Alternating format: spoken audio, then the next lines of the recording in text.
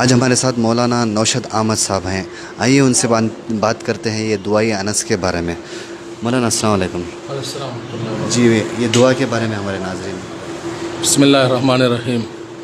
آج ہم یہاں مریم اسکول بسوا نگر میں ایک اہم کام کو لے کر آپ کے سامنے آئے ہیں. وہ ہے دعائے انس بن مالک رضی اللہ تعالیٰ عنہ. آج ہماری امت میں بیشتر لوگ جو ہیں وہ عاملوں کے چکر میں، ناریل کے چکر میں، نیمبو کے چکر میں.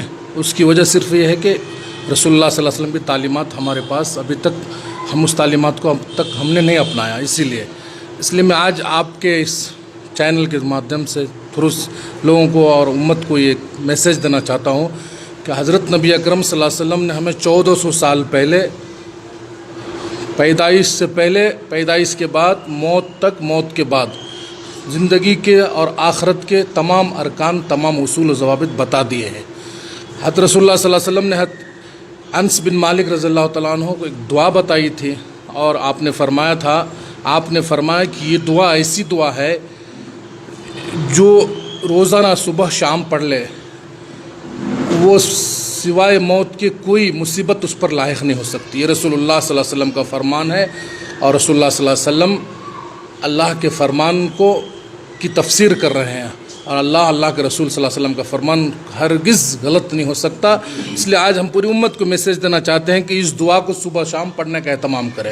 ان بیماریوں سے، آفتوں سے، مصیبت سے، لڑائی جھگڑے سے، شیطانی وساوس سے اور رزق کی تنگی سے، تمام چیزوں سے اللہ نجات دے گا. یہ بہت خاص دعا ہے، اس کو پڑھنے کا اہتمام کریں. یہاں وہاں بھٹکنے سے، پیسے خرچہ کرنے سے کوئی فائدہ نہیں ہوگا. نماز، 5 وقت نماز کا اہتمام کریں. صبح شام اس دعا کو پابندی سے پڑھیں. انشاءاللہ گھر میں برکت ہوگی، کاروبار میں برکت ہوگی اور کوئی حوادثات جب آئے گا یہ دعا آڑے آ جائے گی آپ کو اس پریشانی، اس حوادثات سے، ایکسیڈنٹ سے، اس جلنے سے، مرنے سے، کٹنے سے روکے گی انشاءاللہ. یہ رسول اللہ صلی اللہ علیہ وسلم کا فرمان ہے، حق ہے، ہمارا ایمان ہے یہ.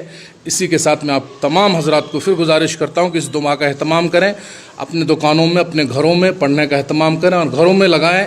گھروں میں صرف لگا کر چھوڑ نہ دیں، لگا کر پڑھنے کا بھی اہتمام کریں. صبح شام پڑھیں، اس کا ورد کریں. اللہ جزائے خیر دے آپ کو، تمام امت کو اس کرنے کی توفیق عطا فرمائے. رسول اللہ کی یہ بتائی ہوئی دعا ہے، طب نبوی ہے، یہ دعائے نبوی ہے، اس میں خیر ہے، یہی ہمارے لیے مفید ہے. باقی تمام چیزیں جو ہم یہاں وہاں بھٹک رہے ہیں اس سے کوئی فائدہ حاصل نہیں ہوگا. اس دعا کا اہتمام کریں. جزاکم اللہ خیر. السلام علیکم ورحمۃ اللہ وبرکاتہ. میں شکر گزار ہوں حافظ فیض اللہ صاحب کا کہ اللہ تبارک و تعالیٰ کی توفیق سے انہوں نے دعائے انس بن مالک رضی اللہ عنہ کو باضابطہ طور پر پرنٹنگ اور پھر اسے خوبصورت خطے میں مزین کر کے امت تک پہنچانے کا اللہ تبارک و تعالیٰ نے ان سے کام لیا. اللہ تعالیٰ ان کی اس کام کو شرف قبولیت سے نوازے. ہر کام میں، ہر محاذ پر رسول اللہ صلی اللہ علیہ وسلم کا مقصد یہ تھا کہ ہر کام کی ابتدا، درمیان اور اختتام پر امت اللہ کا نام لے. چاہے جو بھی کام ہو، انسان کی اپنی ضرورتوں سے لے کر قبر تک اور پھر قبر کے بعد تک بھی اللہ کے رسول صلی اللہ علیہ وسلم نے سارے طریقے سیکھا اور سمجھا کر گئے ہیں. کھانے سے پہلے دعا، کھانے کے درمیان دعا اور پھر کھانے کے بعد دعا. اسی طریقے سے جس کام کے لیے راستے میں نکلے، سواری پر دعا اور پھر راستے میں سواری کے راستوں کے نشیب اور فریض پر دعا اور پھر مقام پر پہنچ جانے کی دعا، سفر کی دعا، حضر کی دعا. بے شمار دعائیں اللہ کے رسول صلی اللہ علیہ وسلم نے بتائی ہیں. اللہ کا نام ساری پریشانیوں کو مٹانے کے لیے کافی ہے.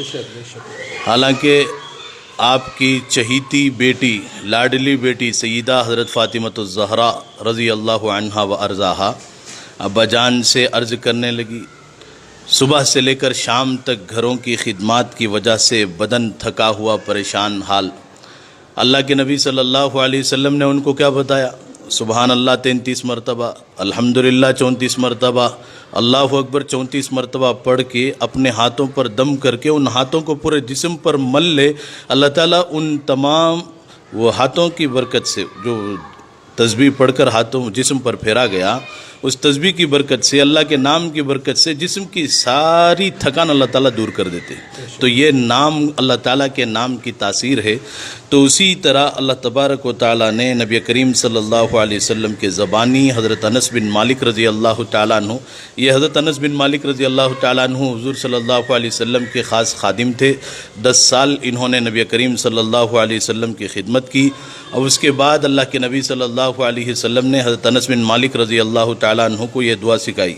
دعائے انس بن مالک کا یہ مطلب نہیں کہ یہ حضرت انس بن مالک کی دعا ہے، اللہ کے نبی صلی اللہ علیہ وسلم نے یہ دعا حضرت انس بن مالک کو سکھائی، تو اس لیے اس دعا کو ان کے نام کی طرف نسبت کی جاتی ہے۔ یہ حضرت انس بن مالک کے لیے پوری امت کے خاطر رسول اللہ صلی اللہ علیہ وسلم نے دعا عطا کی ہے۔ اس دعا کا سب سے بڑا مقصد اور اہم مقصد ہی یہی ہے، جو آدمی صبح میں ایک مرتبہ پڑھ لیتا ہے وہ شام تک، اور شام میں ایک مرتبہ پڑھ لیتا ہے وہ آدمی صبح تک، اللہ تعالیٰ ہر ایک قسم کے حوادث سے، آفات سے، ظالموں کے ظلم سے اور کسی بھی حادثے کے شکار ہونے سے اللہ تبارک و تعالیٰ اسے بچا لیتے ہیں۔ اللہ تبارک و تعالیٰ کے نام کی یہ عجیب و غریب برکت ہے۔ اور اگر کسی ظالم کے سامنے، جیسا کہ حجاج بن یوسف کا ایک عجیب مشہور واقعہ ہے کہ اس نے حضرت انس بن مالک رضی اللہ تعالیٰ عنہ کو طلب کیا شہید کرنے کے لیے، حضرت انس بن مالک گئے تو اس نے قتل کرنے کا ارادہ کیا، پوچھا کہ انس تمہیں معلوم ہے کہ میں کیوں بلایا ہوں؟ حضرت انس بن مالک رضی اللہ تعالیٰ عنہ کہتے ہاں مجھے اچھی طرح معلوم ہے، مجھے قتل کرنے کے لیے بلائے ہیں، لیکن تم مجھے قتل نہیں کر سکتے۔ پوچھنے لگا کہ ایسا کیوں؟ اس کے بعد حضرت انس بن مالک رضی اللہ تعالیٰ عنہ نے بتایا کہ مجھے رسول اللہ صلی اللہ علیہ وسلم نے دعا سکھائی ہے، وہ دعا میں پڑھ لیا ہوں، میرا یقین ہے کہ آج تم مجھے قتل نہیں کر سکتے۔ تو اس ظالم نے مطالبہ کیا کہ مجھے وہ دعا سکھاؤ، تو حضرت انس بن مالک رضی اللہ تعالیٰ عنہ نے 2 ٹوک کہا کہ تم اس کے اہل نہیں ہو، میں تمہیں یہ دعا نہیں بتاؤں گا۔ پھر اس کے بعد ان کو درباریوں سے حجاج بن یوسف نے کہا کہ ان کو جانے دو۔ حضرت انس بن مالک رضی اللہ تعالیٰ عنہ واپس آ گئے تو درباریوں نے پوچھا کہ جہاں پناہ آپ نے ان کو جانے دیا، آپ نے ان کو قتل نہ کیا؟ تو وہ حجاج بن یوسف کہنے لگا کہ میں کیسے قتل کرتا کہ ان کے ساتھ ان کے بازو میں 2 بڑے زبردست شیر تھے، میں ان سے بات کرنے لگتا تو وہ شیر میری طرف لپکتے۔ تو یہ عجیب و غریب اللہ تبارک و تعالیٰ کے نام کی برکت ہے، جو فضیلت اس میں بھی اس میں بھی لکھی گئی ہے۔ میں سب سے گزارش کرتا ہوں کہ یہ دعا باضابطہ طور پر اہتمام کرے۔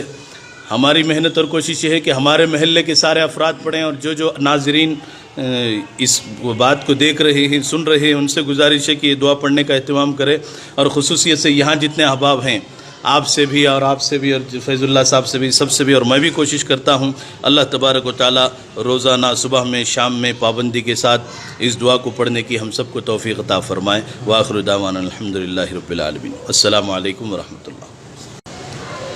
آج کے اس پرفتن دور میں ہر ایمان والے کو 2 چیزوں سے مضبوط رشتہ اور تعلق رکھنا چاہیے، ایک اللہ کے نبی صلی اللہ علیہ وسلم کی بتائی ہوئی دعاؤں سے، اور دوسرا حضرات علماء اکرام سے۔